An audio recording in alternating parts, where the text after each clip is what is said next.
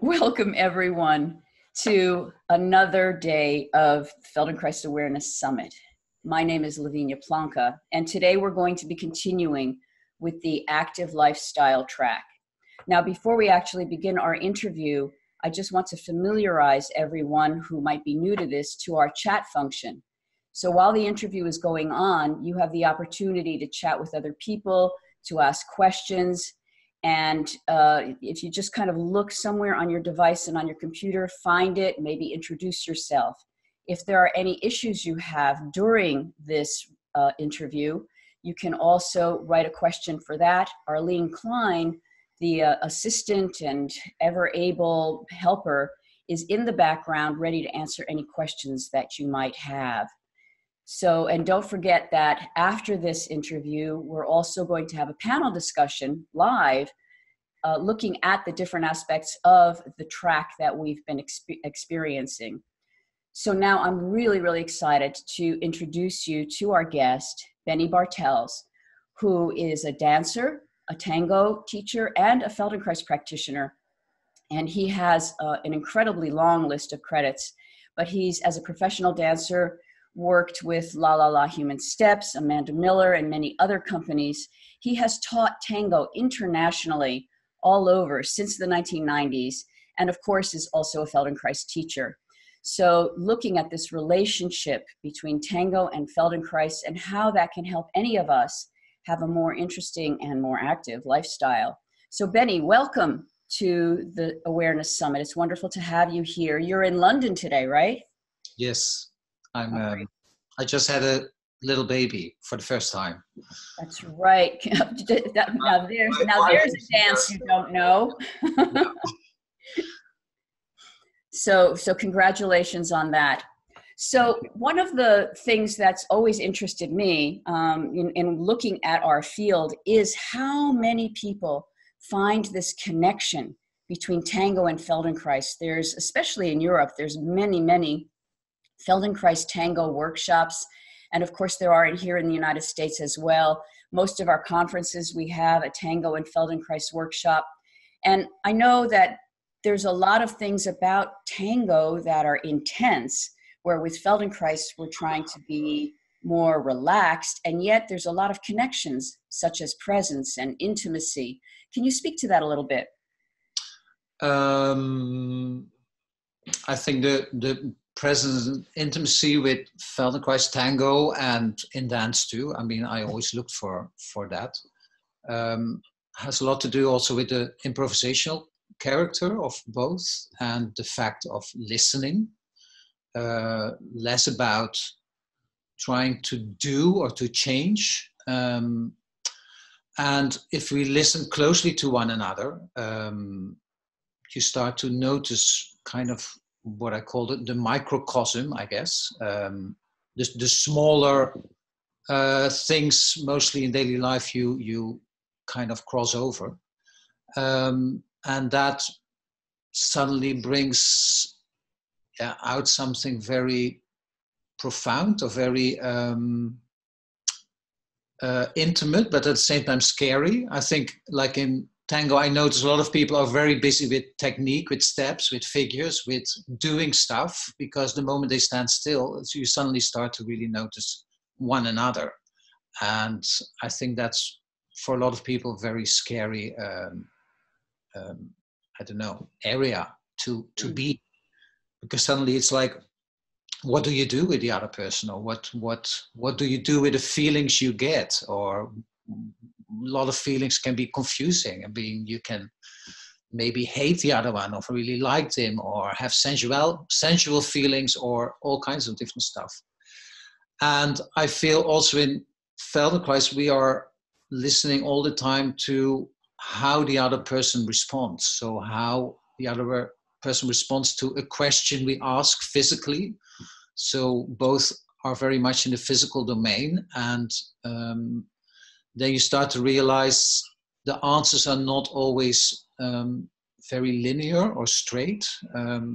So you engage, or you start to meet a lot of, I don't know, like in Feldenkrais, you start to meet opposing actions or how do you call it, blocks or places where you can't go, places where the movement can't flow through the body. And I think, well, for me, these places are quite an interesting field to explore. So I was always very interested in a quote I once read from an Argentine professor who did a lot of research on tango. And her quote was, "The tango embrace proposes the violation of critical distances." And I already like that word violation, because violation always has the connotation with violence, but it's quite, I don't know, in normal life, we kind of have our personal space, and actually tango proposes to overcross this personal space. So to suddenly step into the other one's personal space, which mostly is seen as rude or uncomfortable in daily life. And by doing that, she says, we cause tension and problems to exist. It's kind of inherent, because everybody has a background which has to do with, you know, a feeling of lacking embrace, lacking intimacy, lacking acknowledgement, lacking the fact that you are good how you are. Or so in tango, within this embrace, a lot of things start to happen. And that's what I started to realize when I was teaching, that I got more and more away from the field of only teaching steps as steps and technique, but I realized there was a whole other life going on. And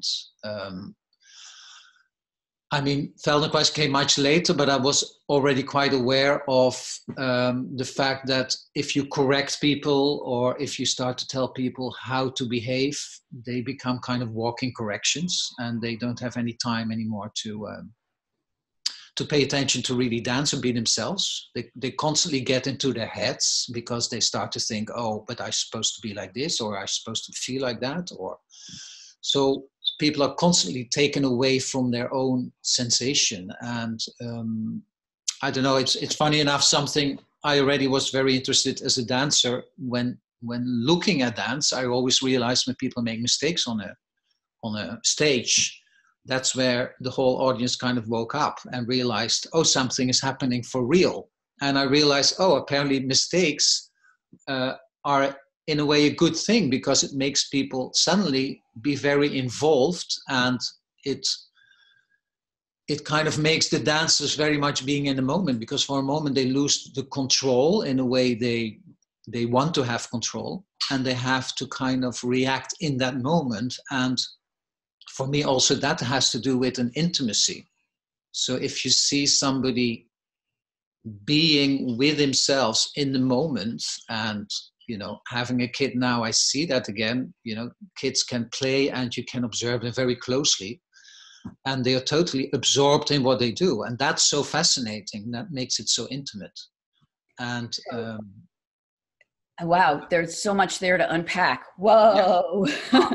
It was really, that was great. So let me see if I can remember some of the things that really touched me and what you spoke about. I mean, this idea, first of all, that in tango, maybe people are attracted by the fact that there are steps and instructions and choreography, but then ultimately they are actually coming face to face with something that's unknown, right? When I stop and I look at this person, I don't know something, that feeling of being in the unknown, which as Feldenkrais teachers, we encounter that each time we begin to work with somebody one-on-one, that same kind of feeling.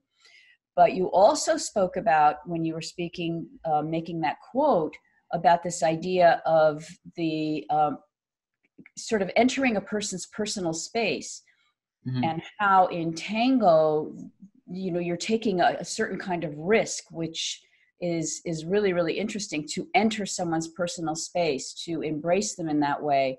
Mm. And to me, this is, again, this feeling of vulnerability, that in order to really do it, you spoke about how a person could want to fall back on just the steps and the correct steps. And that's when I take myself away from my vulnerability. Mm. So when you're teaching, like you said, you see the value of the non-correcting, you see the value of people making mistakes and being in the present about that. How do you integrate your Feldenkrais knowledge with that? I'm sorry if I went on too long with that question, but to me, it's like, you have this tool to support people in this learning of this kind of very technical thing. How does that work? I think Feldenkrais gave me kind of the whole structure or kind of philosophy when I started, because I first started to read about him actually before I started to do any Feldenkrais. And I recognized a lot of things I was busy with, but couldn't quite figure out why or how or what. Mm-hmm. Mm-hmm. And by him reading about how he explained it, I started to understand why correcting doesn't work, or why forcing doesn't work, why you need to reduce effort, go slower, and why you actually first need to let people do the things they do, even if they are, for the whatever reason, felt as totally wrong. So I felt, if people stand very crooked or bent over, I felt like let him first dance bent over, because the dance itself will ask for more straightness, but then they will feel it comes from them and not from an outer source. And I don't know, and he made me also understand much more about how teaching works. And because I didn't start out as a teacher, actually I was more interested in my own dance always, and I happened to come across teaching because I had to fall in for somebody, but the only thing I could bring was my enthusiasm about dance and about being in it. And I realized later that was one of the best things you can bring in as a teacher in your classes. And what I remembered from my teachers, they were mostly not technically the best teachers, but they had this spark of enjoyment and curiosity and craziness, and that kind of latched on, and that's what I always kept remembering and kept referring back to. And because that feeling of jumping into it makes you get that feeling of being whole. So enjoyment and curiosity and discovery creates somewhere a wholeness of a person when they dance or when they are, and it stops making them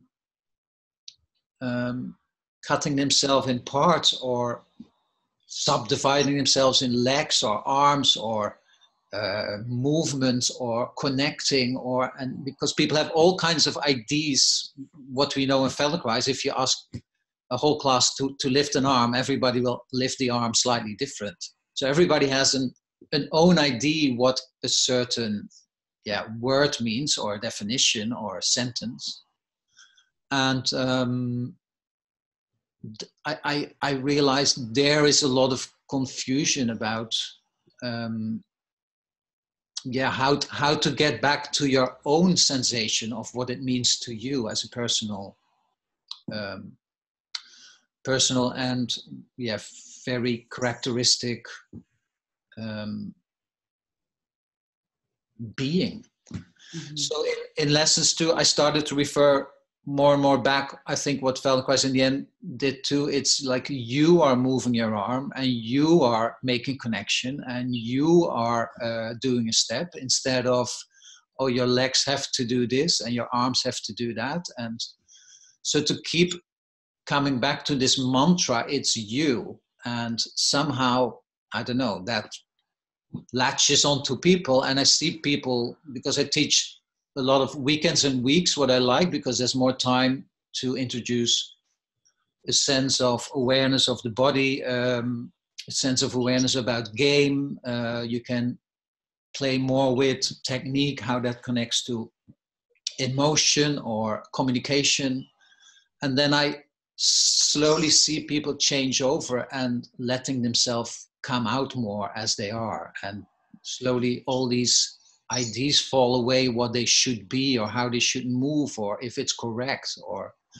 And then for me, the whole story becomes, I don't know, very interesting and touching. Then people start to be really touching me. So the title, you know, the original title of our talk was Vive l'amour. And then you started talking about how you feel like it's going beyond dance. And so, you know, and when we think of l'amour, it is a kind of a dance. Can you speak a little bit about how you journeyed from Vive l'amour to going beyond dance?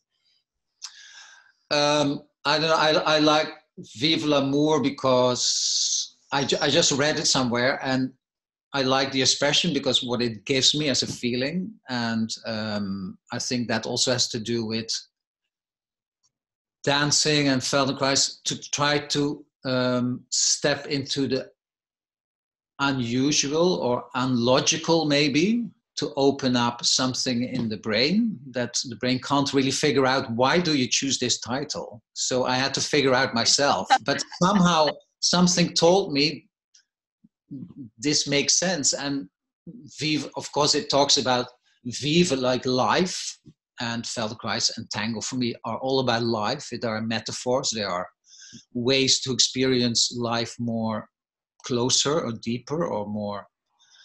And l'amour is a kind of area where there's also not the control, what we mostly define as control. The same what I feel in falling, or it's a slightly being out of control, just as you as a person, but you have to rely on the whole surroundings or the circumstances, and that brings you in a place that for me gives much more freedom and a feeling we are not limited to our bodies, but we are living within the environment and energies and whatever relationships we are in. And I don't know, I think that's a very wonderful feeling when you can go in that place. And that place is also more to do for me with process, which always comes back less than goal or what the result should be, but more the experience.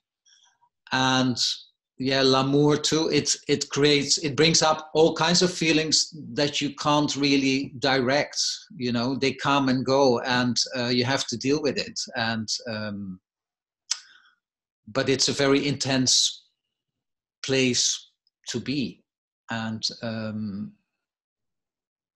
so from there to tango is more than a dance. Well, I think for me, always dance, also when I studied it, for me, school was one thing, but for me, being on the street, looking to people, for me, everything was dance, was an information for dance. And for me, dance always had to do with my own self-development or self-discovery. And tango was a big tool in that, to discover closeness, because I had quite a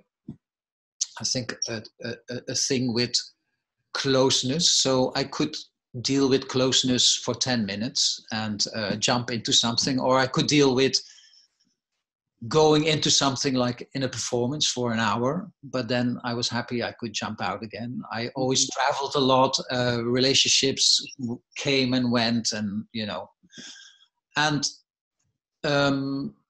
also my background, I think a lot had to do with extremities. That's why I think ended up with La La La Human Steps. It was a very extreme dance company, and extremities were for me the places where I could feel and sense. And within that middle area, for me, that was like nothing happened. And the same in relationships. So they were either totally on or totally off, but then I felt something. And I think Feldenkrais started to introduce me and gave me the tools to feel that whole middle area and to realize how rich that can be. And that kind of came on a good moment in my life, because otherwise you keep going into these extremities and it just fucks you up quite a lot too. I mean, they are exciting, but at the same time, it doesn't give you a stable, very stable life. Mm-hmm. So, yeah. So for me, dance and tango and all these things always had to do a lot with how I experienced life, how I experienced other people, how I dealt with other people. And the more I knew about it, the more when I sat in a milonga, which is kind of this place where people go out in the evening to dance. And a lot of the times I just sit there watching. And then you start to see all these stories underneath these dances. So you start to see beyond just the form, but what is actually really happening. And that for me was a very fascinating place to be. And that's what became also more and more the area of my teaching, because I realized there was a lot of lack in knowledge about that or in attention about that. And I don't know, I felt there I had something to say or to. So it's interesting, you know, as you spoke, I thought I was reminded of a saying that, you know, that love could be called the highest form of attention. Mm-hmm. That when I really give attention to something, there's a quality that's really what we might call love. And you can feel your love and your passion as you're speaking of your work. And I'm just wondering if this might be a good moment for you to show one of those videos that you were planning to share about your work. Is this a good moment? Yes. You want to say anything about it before you go into sharing?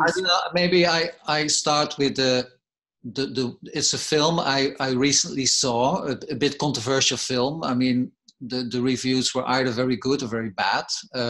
I was totally struck by it, by the daringness of the film or the intimacy. It's called Touch Me Not.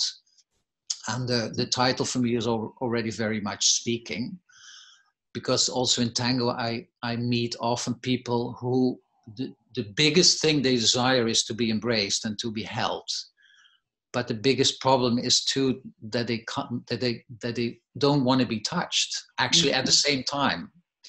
So it's this this doubleness in our feelings, and it reminds me too of an other documentary I saw once about very traumatized kids, and it was called Hold Me Tight, Let Me Go. And I don't know, I recognize something for myself in it.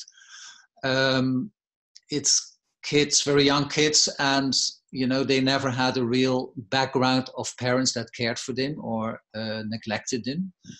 And they would go very aggressive, and the people who worked with him just held him as long till the aggressiveness subsided. They just accepted that fighting of them shouting, let me go. And the moment you keep accepting that, something lets go, and then they can, be in that space. And that's also where I made once a performance about which was called these critical distances. And where I realized too, because mostly I work quite intuitive with people, and people have all kinds of problems with each other, and they phone me and they mail me and they say, well, I don't want to work with this. And I realized the moment I embrace these people as how they are, with all their problems and their irritations, and I set out my goal in a very clear direction, like in Feldenkrais, to have clear directions, or in tango, it asks for clear directions. And if you just stay and acknowledge these tensions, on a certain moment, they just start to kind of dissolve. And that I thought was a very beautiful discovery.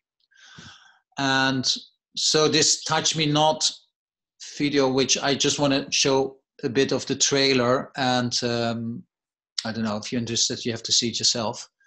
But it's, yeah, it talks very much about people being different than the usual, and very much about people who are maybe a bit outcast in society, but has to deal a lot with themselves to ask the question, who am I and how do I fit in this society with all the weirdness that I have. And so somehow these people have a lot of knowledge or wisdom about how to go into that. So I'll show you that, and then we can talk a bit. Yeah? Mm-hmm. Okay.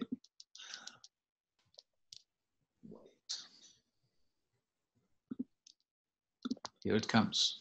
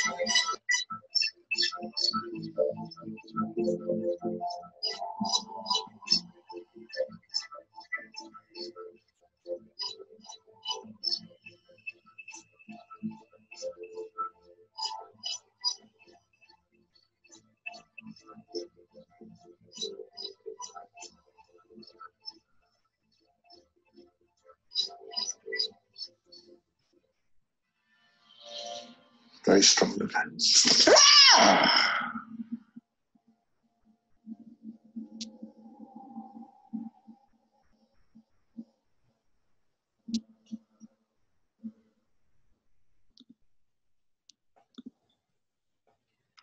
Okay. Wow.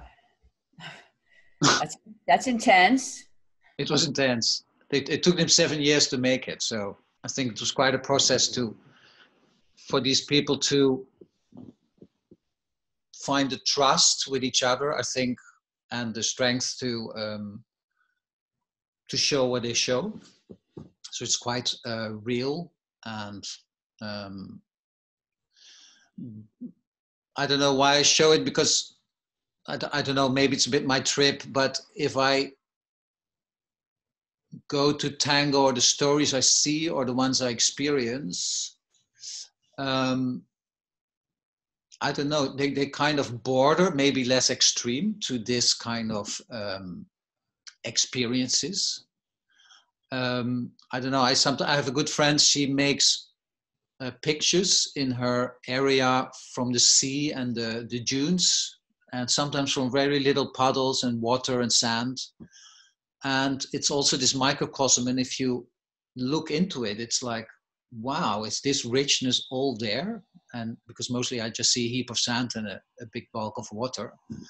And within these structures, see photographs, you see the whole world coming back again. You see, you know, the Sahara, you see Afghanistan, you see the moon, you see the structures of our nervous system, the clothes we wear.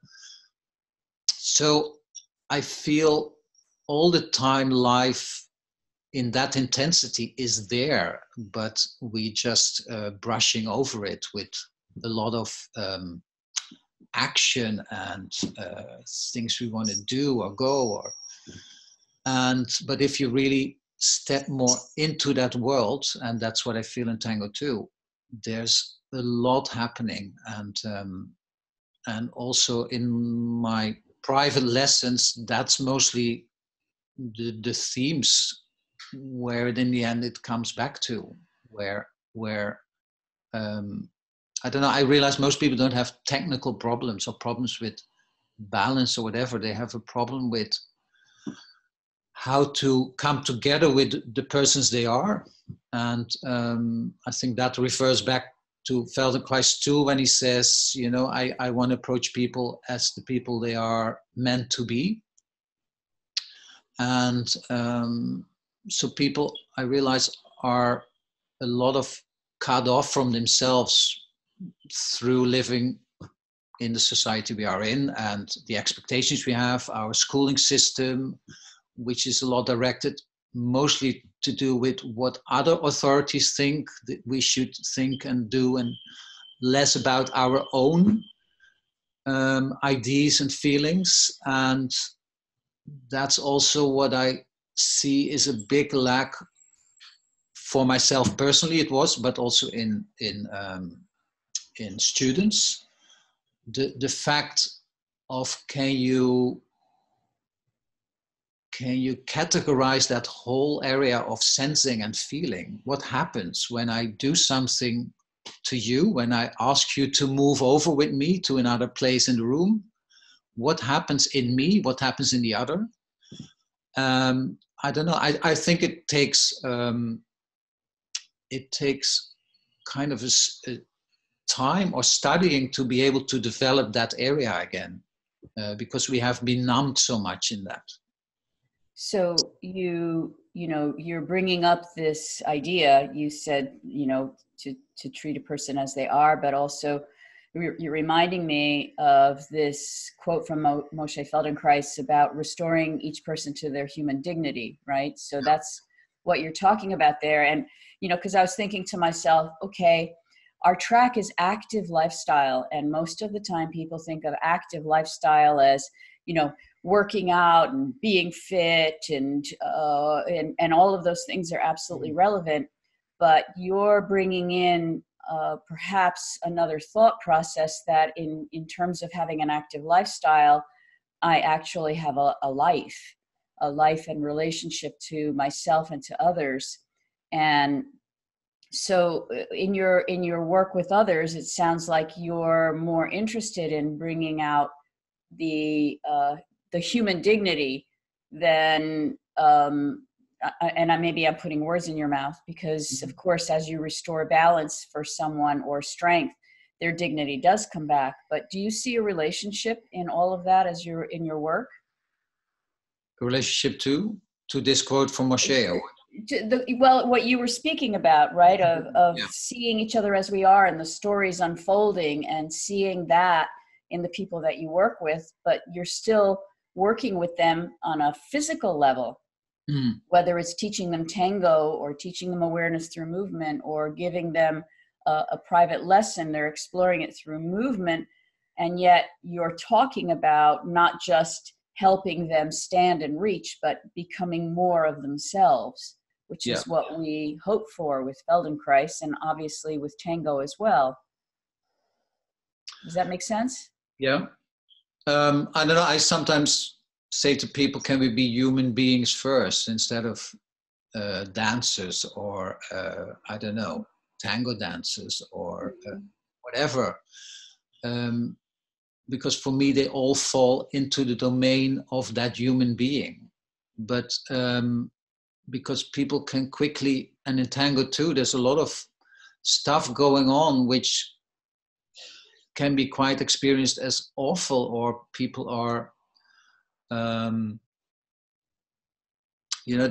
place where actually the embrace should be becomes a place of expelling people because people don't fit, or people are not doing the right thing, or people are not.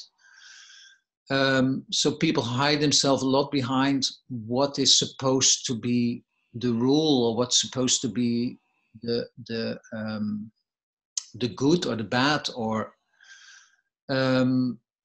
so also in class I realize, I tell people come to me in class and ask, I have problems with balance, and I say, but the moment we stop the class, you walk out of here with perfect balance. So the problem is not your balance. The problem is that your thinking puts you in a place of a tango lesson, and suddenly you limit yourself to something as a beginner in having to learn balance. But if you just stay yourself, and that's what I always try to come back to, can you just do something out of your needs? So like people have a lot of problems with an embrace, how to do it and how to technically find it, and that it gets, you know, in the wrong way, or it obstructs them. And I say, well, every time you get a problem, just come back, stop, think of a person you haven't seen for a long time, and just embrace them.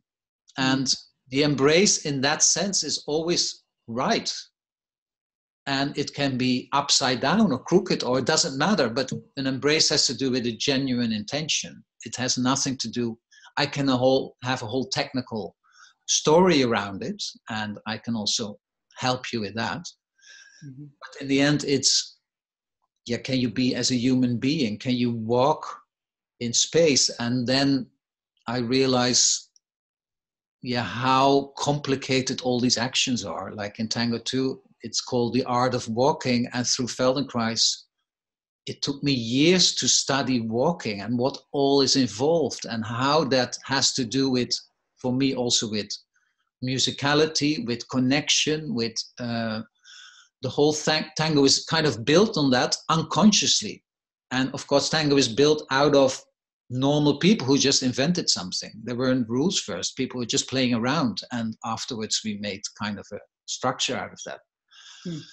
And mostly people in lessons start to simplify something. So they start to simplify as saying, oh, you have to be straight up, or you have to look to somebody's chest bone, or you have to be constantly close. Or so what Feldenkrais gave me is that I constantly start to challenge all these beliefs. You know, if people say you have to be close, then I say, okay, let's be on a distance and see what happens. Or let's be too close and see what happens. Or if I have to look to the chest bone, let's put people the other way around. And can you lead somebody, you know, who you don't see in the back of you? Mm-hmm. And, you know, all kinds of things like that. If you feel you're not musical, I say, well, let's try to dance not on the music. And suddenly people are not able to do that anymore. Mm-hmm. So Feldenkrais helped me a lot with, you know, switching the distal and the proximal, or all these things around, to suddenly make people discover themselves that their thinking is influencing so much how they act, and how their belief system are so much in the way of how they take in that dance or take in lessons. And, you know, because sometimes people think differently about it and suddenly the whole world changes. It's not that they change or they suddenly have a different technique, or they just have more an access to their whole human being. And their human being is very rich and knowledgeable.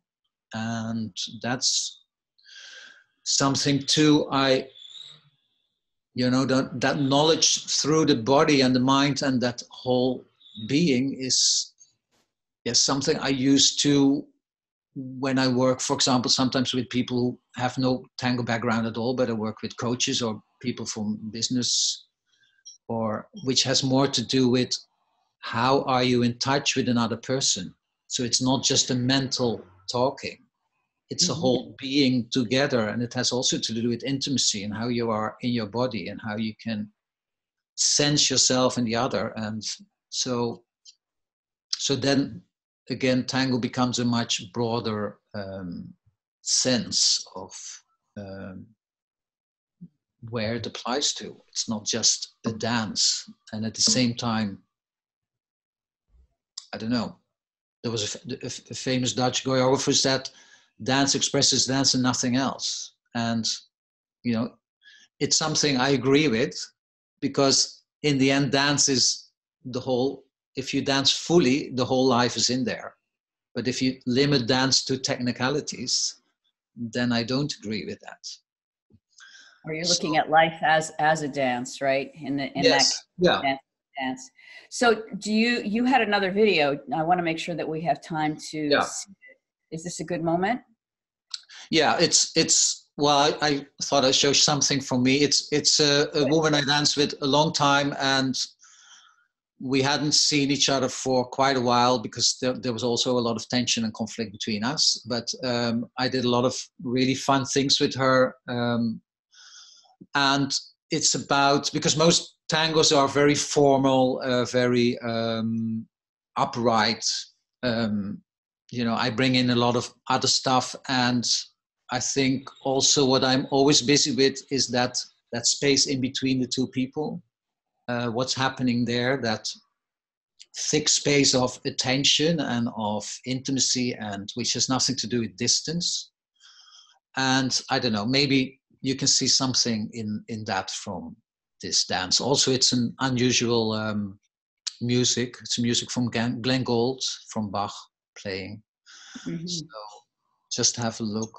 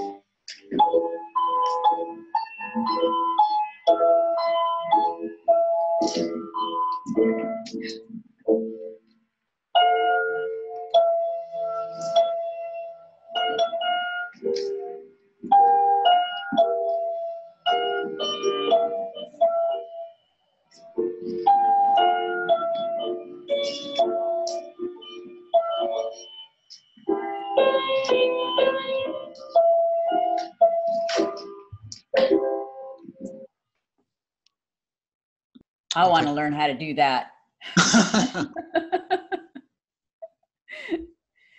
I don't know what.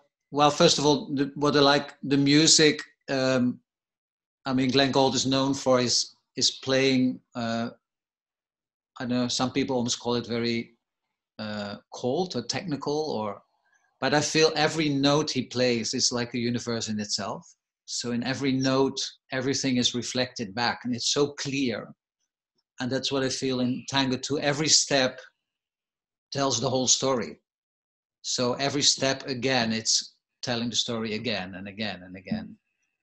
See, what for me was interesting about that was that because the notes were so precise, right? And the steps were so precise, and yet we saw this relationship and these emotions on top of that. Yeah. And, so it reminded me of our idea of constraints, that within the constraint of precision and clarity and certain steps, you find this other rich world in your relationships with each other, where if it was just kind of like in that movie that you showed us, where all the emotions were just being all expressed at the same time, here, because of the constraint, you could actually feel something very different. Yeah. So that's where, for me, technique comes in, maybe, or the technique to be able to constrain, to limit, to have borders, because that's where you channel something that opens up, a door to that other world. And Feldenkrais has that with his constraints and with its relation to the floor and gravity. And tango has also that very constrained way of how the rules are, but at the same time, how to feel the freedom within that constraint. So to never feel the constraint is your prison, but it's kind of the door to, I think that's a big thing for people to learn, or yeah. So if you were to take this, some of these principles that you have been sharing with us and speak about how could sort of our viewers begin to apply some of these ideas, you know, of course they could go take tango lessons, or they could continue to do Feldenkrais, but just to take it into your life. I mean, to think about, well, how can I apply this in order to have this more active lifestyle, in order to have an opportunity to be out there in the world with some of these ideas that you're sharing? How would you suggest that we go about doing that, especially if we're not tango dancers? Yeah. How would I suggest to? I mean, is it just about remembering the principles, or like you know, you've said many times that the tango is like life is like a tango. Could I have like some kind of a reminder in my daily life of this tango that I'm living? I think a lot has for me to do, and I have to remind myself too that sometimes to find a stillness to listen, and stillness doesn't mean you have to stand still. You can be very busy and have the stillness of listening. And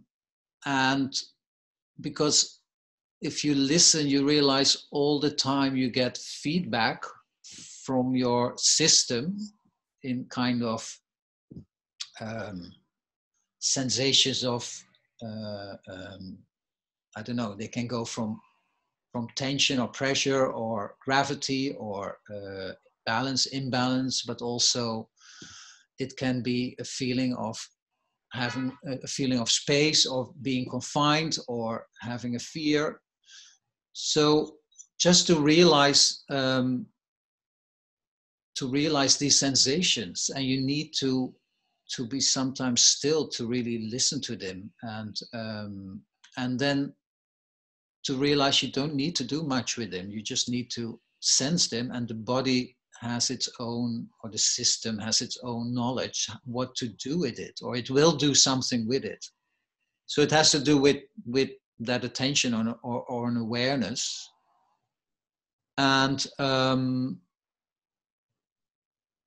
don't know, what I like a lot too, or also in tango, what I teach people, can you sometimes just do something no matter what, without thinking, or just, you know, you had this performance artist, Irina Abramovic, I think her name was.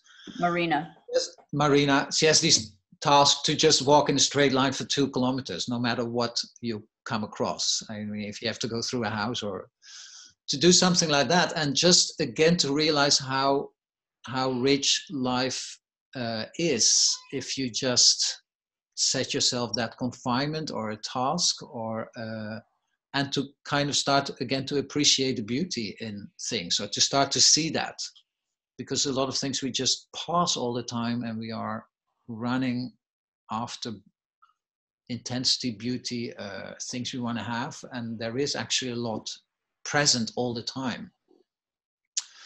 So yes, to find that, and that intimacy, because listening has a lot to do with intimacy for me, with yourself or with others too. And I don't know, somehow I feel lucky to be in dance or in that field, because for me, if you go beyond words for a moment, also that opens up a whole other world. And it's the world of movement is more a world that's not so confined by definitions of words or what words should mean or not mean. Again, I'm very interested in language too. If you go really into language and you start to go deeper into what words mean, also that opens something up. So it's again,